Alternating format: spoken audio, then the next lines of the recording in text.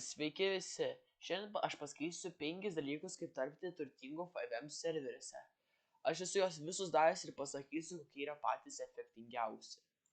Numeris 1 - tapti mergą.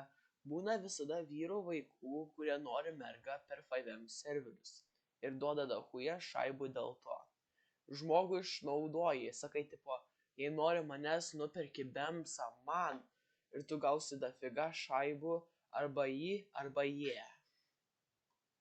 Numeris 2 - tapti gaujiniu. Pradedi plėšti, kelti savo reputaciją arba su draugeliais tapti kietais sigma gangsteriais. Dėl to gausi pilną pinigų, importų ir merginų. Numeris 3 - modinimas. Labai nerekomenduoju, nes tiesiog po kažkiek laiko gausi baną ir nebeturėsi. Bet aš paskutinį kartą sakau, nerekomenduoju tai. Numeris 4 - gemblinimas.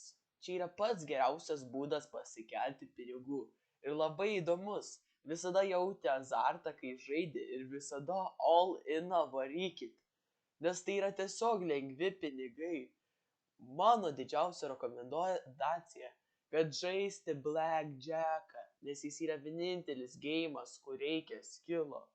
Labai geras ir lengvas būdas laimėti. Prisiminkit, kazino yra tiesiog labdara.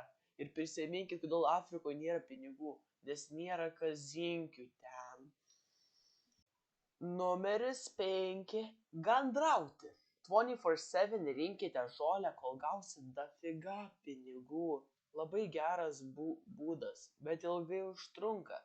Tai irgi žiauriai nekomenduoju. Prašau, tai nedarykit, nes jūs tiesiog lochai esat. Tiesiog nusišaukit, kurva.